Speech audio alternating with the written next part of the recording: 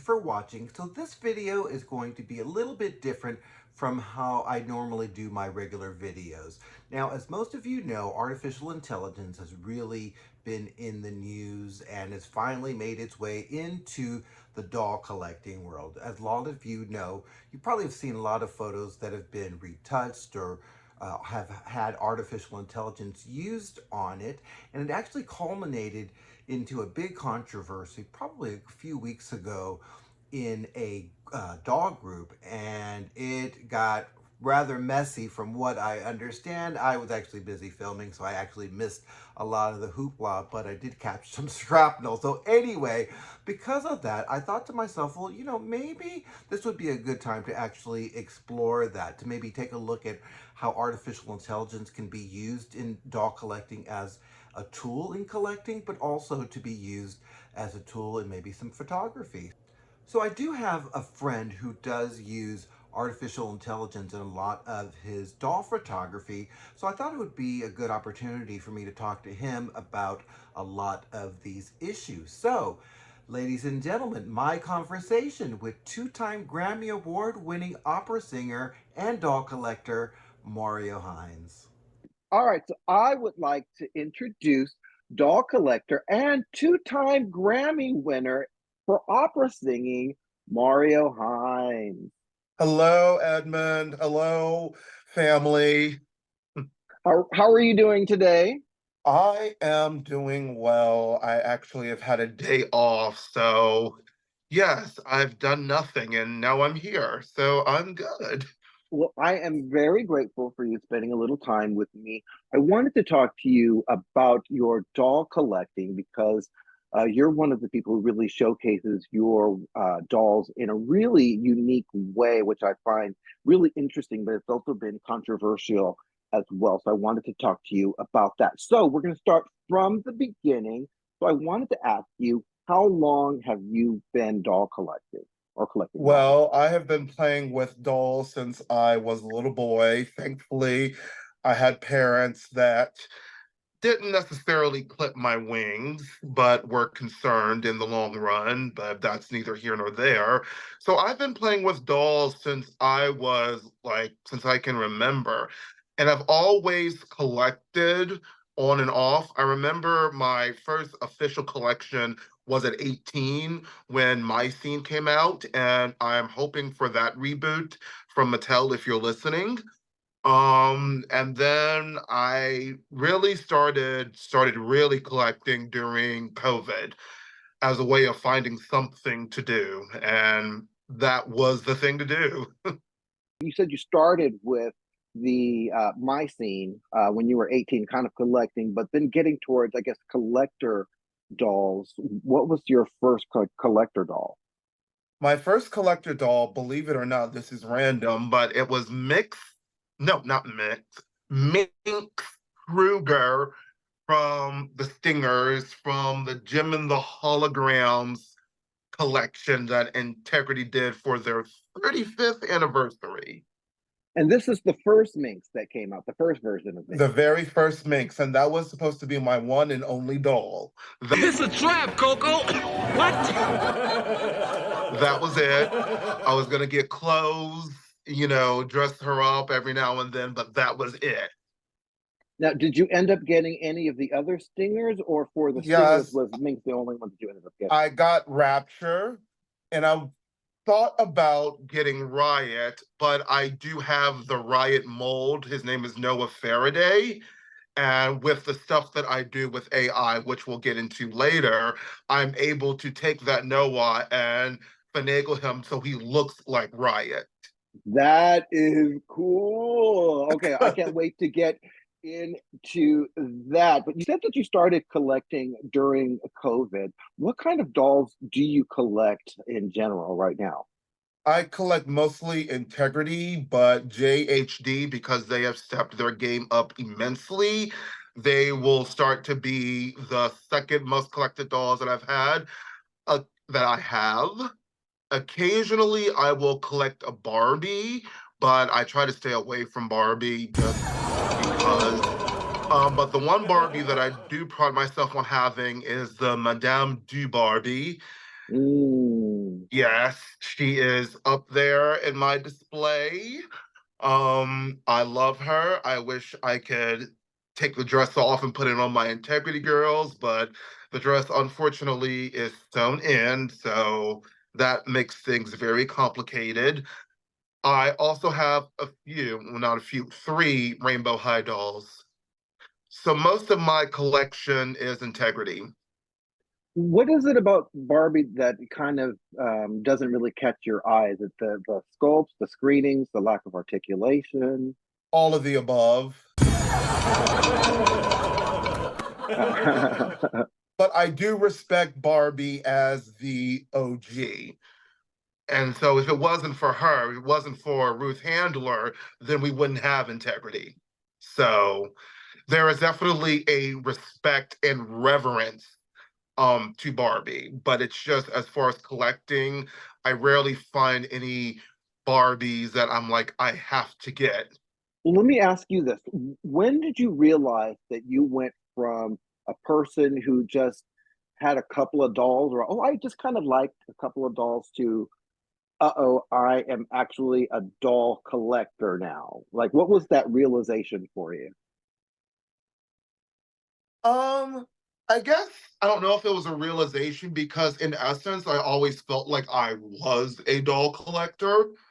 I mean, I have been doing this since I was 18, but to answer the question, I think it was when I had my 10th Integrity doll in, I don't know, like a month span. I think it was a month I went from one doll to like 10. And COVID was wicked, wasn't it? COVID was wicked. Yes, You could do very. nothing but shop online. That's That's it. all you can do was shop online. So I wanted to ask you, one of the reasons why I wanted to talk to you is because I love how you photograph your doll. So I wanted to just start from the beginning. Like, what made you want to photograph your dolls, and what were your first photo shoots like in the beginning? I think it was one of those things where I just felt like I needed to do something with my dolls. So yeah, it was one of those things. And I had thought about it. I was like, do I want to have an Instagram page dedicated to my dolls?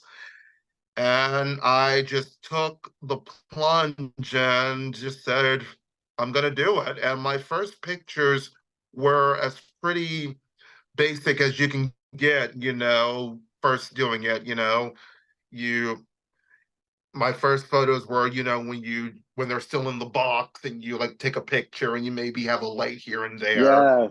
And yeah, they were very basic starter. And if you look on my Instagram, it literally, you can see the metamorphosis of my work from the very beginning to the Face App era to the also Face App era, but a little more elegant. Well, that was one of the things I wanted to talk to you. What makes your work so unique is that you use AI in your photo. So I wanted you to explain to people what that meant and how it's used in photo, or how you use it in your photos. Well, for me, AI was for people that can't repaint or reroute, nor do they want to take the time and effort, or in my case, have the time and effort to learn that skill. And it's also able to change your doll's appearance without, messing the integrity of the doll. See what I did there? Very good. So what Yes. so what made you decide to tackle that, of using AI, and was it easy to use? It was very trial and error. I can't really pinpoint. I just know that I was on FaceApp, and what I was trying to say is I can't really pinpoint why I was playing with FaceApp with my doll pictures. I just know that I was there, and I was just pressing a few buttons, and then I was like, this actually looks really good. And so I ended up subscribing because that was the only way you could use those features. And yeah, I just started playing with FaceApp and just that's how it happened. So one of the things that I find really interesting about the use of AI is that I like to customize or have my dolls customized. Like I have an ALYSA here. I'd like to have her rerouted. I'd like to have her repainted. It's really expensive to do that type of thing. So I wanted to ask you how a collector could use AI to do that, just maybe to try to see what it looks like, or to actually just use just for photos. I want to ask you, like, how do I do something like that in my situation using AI? Well, first of all, which is interesting because your Alyssa is bald, I would suggest using, there is another app called PixArt, which is basically like digital stickers that you can put on your pictures. And you can just type in the search bar like wig, and then it will just have these like plethora of wig and hair stickers. And you can carefully place that on Alyssa's head. And then you would be able to edit through Face app. You'll be able to change the color of the hair or change the hairstyle. You can have it short, you can add more volume, you can add curls to it. There's just so many options, especially if you are looking to reroute or to repaint. This is an easier way to really get an idea of what you want that doll to look like, as opposed to just sending it and hoping for the best. Now, one of the things that I had asked you was to send me a photo of, I think it was, you sent me Alejandra with her hair Yes, colors that were yes. different. So you showed me that you could actually change the appearance of a doll's hair color and style, but not touch the doll at all. Right. And that's That the so great thing, because the possibilities are endless. If you want, your Alejandra Luna as a blonde, you just press the blonde button and there it is. And you still have the doll intact. and then I could do something like that, maybe even with like the eye color or the makeup at all. Yes, but that would be a different app for eye color specifically. Okay. Now, Yes. another thing I wanted to ask you about is, you know, I struggle with taking photos. And one of the things I think a lot of collectors like myself struggle with are the backgrounds. We want the backgrounds to be, we try to get them to be as realistic as possible. We buy a lot of diorama pieces. We try to, paint or, put contact paper on things like that. But there seems to be, from what I see with your photos, an easier way to change the backgrounds of the photos, and even actually some parts of the images to kind of bring the photos to life. So I wanted you to kind of talk to us about that. Well, I also sometimes, if I'm doing particularly like if I want a picture to look like an oil painting, or if I'm doing one of my opera series or storybook fantasy type pictures, I use AI for that as well to really type in my backgrounds. And I use, what is that app called? Photolink. And basically what that is like you describe the kind of background that you wanted. So let's say you wanted a garden at nighttime. You would type in detailed picture of a garden at nighttime in the style of an oil painting. And you will get all of these options on Lightroom, and you just look at which picture works for you. And a more interesting thing that Lightroom does is, let's say you had a picture that you liked, but you feel like something's missing. There's an option that says, show me more like this. So you basically have a variation of that one picture that you liked. Wow. Yeah. So then you can take that background that you find and then use it as the background for a photo of a doll that you've taken a picture of. So I've got this ALYSA here. I've taken a picture, and then you'd be able to change the background according to what Right. you saw in the AI program. Yes. Okay, that is super, super cool, because that would save me so much money and also space, because I over the years I've collected so many diorama pieces that I intend to use, Right. and it would be nice to be able to like not have to rely on those if I could, especially for something I want to take a one or two photos with, and then Right. I'm kind of I done try with to it. shy So away from diorama pieces, even though I'm now into it. But I try to shy away because it's just more stuff that's in my studio and so much that like I have to keep up with. It's one more piece that I have like to figure out where to put it. exactly, As if exactly. the dolls with their pocketbooks and shoes and hands and bracelets aren't enough to kind of figure out where to put them. So I'm actually a huge fan of your photos. For me, I love how you kind of to me bring dolls to life. You kind of just this vibrance and this kind of a realism. It looks to me like I see some of your photos and you've got them like on magazine covers and things like that, or you change the backgrounds. And I'm a huge fan of your work. I wanted to ask you about the doll community's reaction to your work, both good and bad. Well, that's the thing. It's either hot or cold. You either love what I do or you absolutely hate what I do, and you go out of your way to let it known that you don't like what I do. Because Look, it's scrolling down is not enough. yeah, it's been from what I've seen a really controversial issue in the collecting community right now. It seems really kind Right. of divisive, where a lot of people feel very strongly one way or the The other. So other. I wanted to talk to you about kind of I guess some of those reactions as far as like what are been the great reactions that you've gotten, and what have been kind of the negative reactions that you've gotten? Because I know that you shared some of those with me personally, and I was actually rather shocked by the just how vicious some of the feedback was. So I wanted to Yeah. ask you about both the positive and the negative. Well, the positive ones, one of my all-time favorite positive comments that I get is sometimes I'll post a picture and I'll get a comment that says, well, if that doll looked like that, I would have bought her or him. I've said that myself. Yes. I'm like, did you send this to integrity and say, do that, do that? That's how she was supposed to look.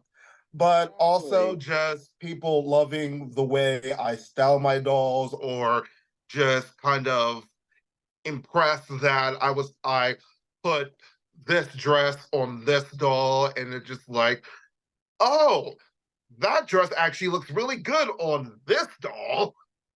And so it's really just been comments on the styling, on the use of AI and how it was able to enhance the doll. The not so nice comments have been a little personal. Um, it's Like, what do you not mean? even just it's not even just, oh, you use face app, blah blah blah. It was that at first it was that, but then it was just like that ugly filter makes your doll look ugly, or you've ruined the doll, or just stuff like that. Like, why do you keep using that unnecessary filter?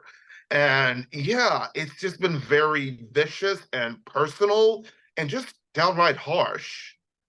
Yeah, I read some of the things, and I'll actually show some of the things that people said, and I thought they were really mean. And what's really funny is for me, I see a lot of stuff that pictures that I don't like, some that I Right. think are ridiculous looking or unprofessional. But then I'm like, who am I?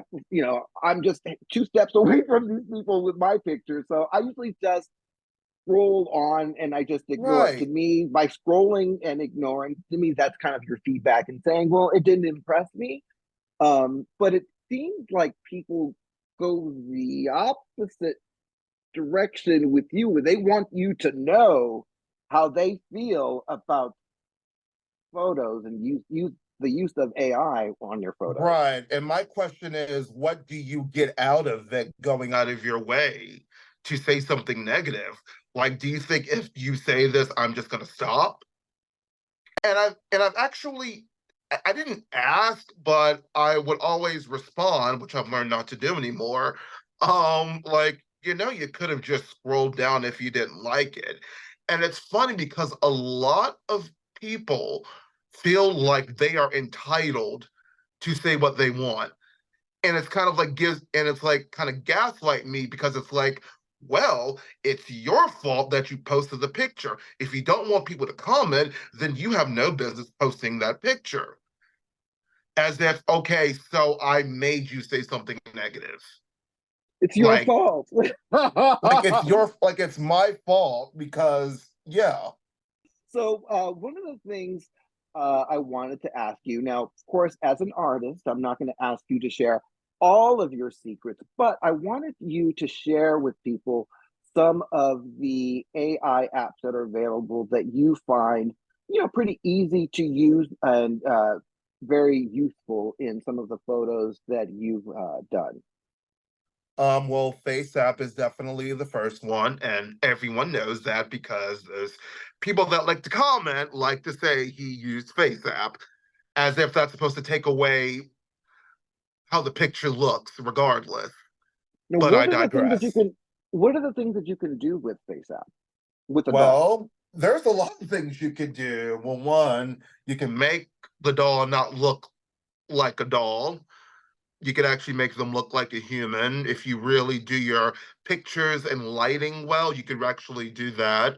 But also you're able to just enhance the features of the doll. You're able to, add eyeliner or just bring out the screening. So you're able to add makeup, you're able to change the makeup, you're Hmm. able to, make the skin smoother or add a glowing or add a tan. Let's see. We talked about changing hair colors. There's options for that. There's also options for changing hairstyles. You can give the doll a haircut. You can give the doll a bob. You can add more volume and texture to the doll's hair already. Very cool. Now, would you use that app also to like change the eye colors as well? No, there is an app specifically for that called Facetune, which you're able to do a little bit more with Facetune. But if you want to specifically change the eye color, you could use that. But I would consider those kind of my foundation. And I always laugh at the comments because it's like, well, he used FaceApp, and I just laughed because, like, do you think that's all I use? Like, There's more to this sorcery. there's more to this than just FaceApp. That's like the foundation. And then if I want to do like a storybook fantasy or an opera series picture, then I would use PixArt to add stickers. Um, I recently did a photo of the new fantasy Vanessa, and I wanted her to have a fireball in the middle of her hands. Yeah. So I took a picture of that Vanessa with her hands like this and made room for the sticker to go on.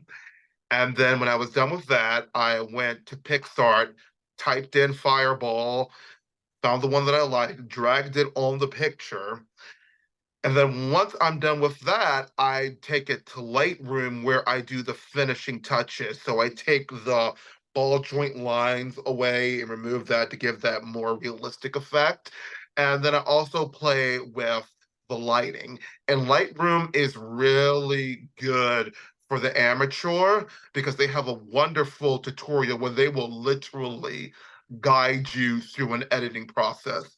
Like they'll have a picture and they'll be like, okay, now you're gonna go press this button and you're gonna do this.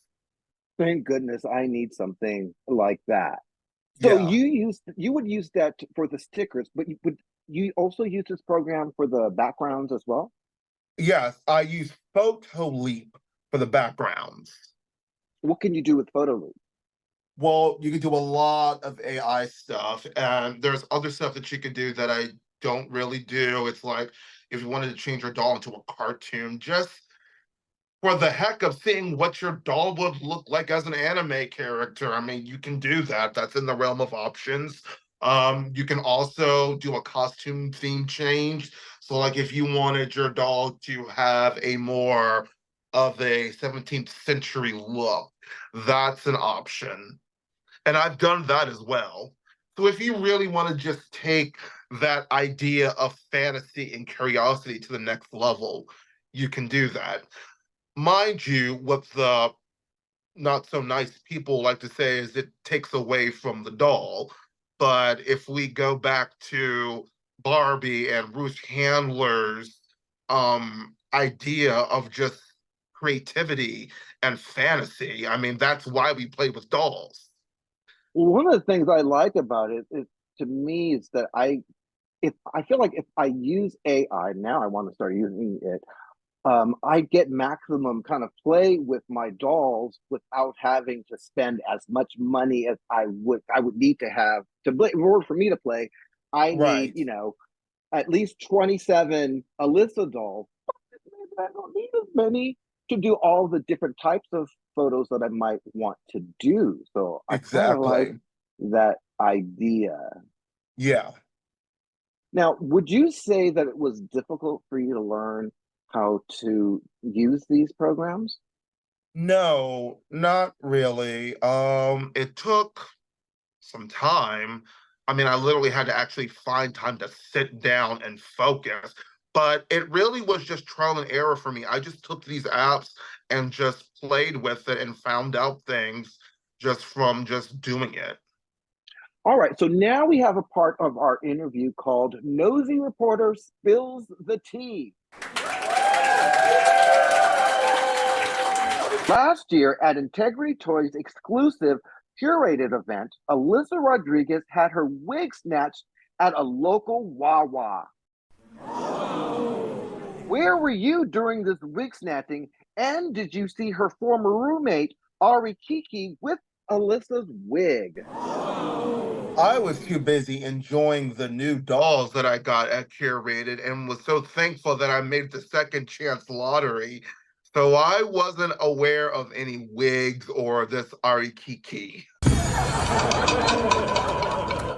And now a note from Alyssa Rodriguez.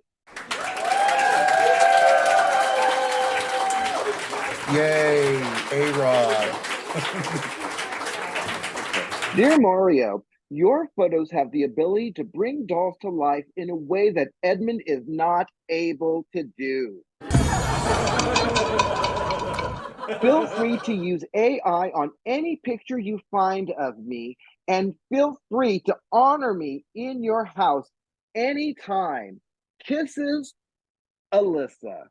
Thank you, Alyssa. Well, I wanted to say thank you so much for doing this interview. Like I said, I just thought that this topic was just so interesting. I thought it was really, the way it was controversial, but honestly, I also want to know how to use AI myself. So I just really wanted to talk to you about all of those things. So thank you for spending some time with me. So I'm going to let you go back to your Grammy work and and your photos. But any last words for our audience? Follow me on the newly named House of Renard on Instagram. There's some great new stuff happening, and I'd love for you to be a part of the storytelling. Well, thank you so much, and thank you for watching. So I thought that my conversation with Mario was really interesting. I learned a lot. I'm actually going to need to watch this video a couple of times because I do want to make sure that I write down all of the apps that he mentioned and also some of the advice that he gave with using them. I am really impressed with what he could do with artificial intelligence, and I certainly want to learn how to utilize it as a tool. It would save me so much money with having dolls rerouted or repainted, also with backgrounds and all sorts of things. So I'm going to take a crack at it myself. So I hope that you enjoyed this video and hopefully learned a few things. If you like this video, then please make sure that you click the like button. That's how I know that you like my videos. And if you have not yet subscribed, please make sure that you do that today. There's a little button somewhere down there.